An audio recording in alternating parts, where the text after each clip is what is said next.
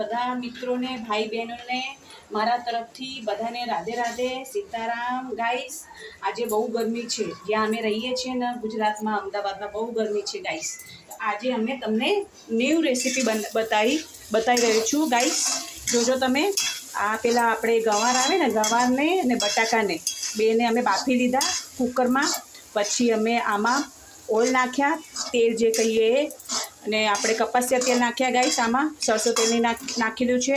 પછી આમાં રાઈ નાખ્યા ને પેલું લસણ ટીચીને, પછી પેલા આપણે ડુંગળી કહીએ એને બારી બારી કાપીને, ઝીણી ઝીણી કાપીને, મિર્ચી લીલી કાપીને, પછી જીરો ને હલકીથી જરાક પ્રમાણનું અમે હિંગ નાખ્યું। પછી બધું તેલમાં વઘાર કરી નાખ્યું ને પછી જે ગવાર હતી એને સાઈડને ઉપર નીચે જેનો ભાગ આવે પેલો દોરી જેવો એ કાઢી દીધું બફાઈને।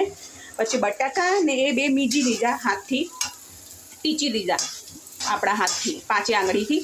પછી આ બધું નાખીને જો સામગ્રી અમે બનાવીએ છીએ ગવારનું ભરતા જે કહેવાય, જે આપણે કહેવાય કે બે ગવારને બટાકાનું શાક કહેવાય, ચટણી કહેવાય ને આ ભરતા મેં બનાવેલા છે।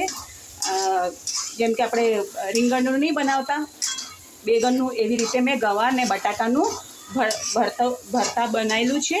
તમે જોઈ લો કેટલું સારી લાગે છે જોવામાં, અને તમે ઘેર બનાવીને આ રેસીપી ખાઓ બધા ભાઈ મિત્ર, ને કમેન્ટ કરો કેવી રેસીપી તમને લાગી ગાઈસ। ને બધાને રાધે રાધે સીતારામ।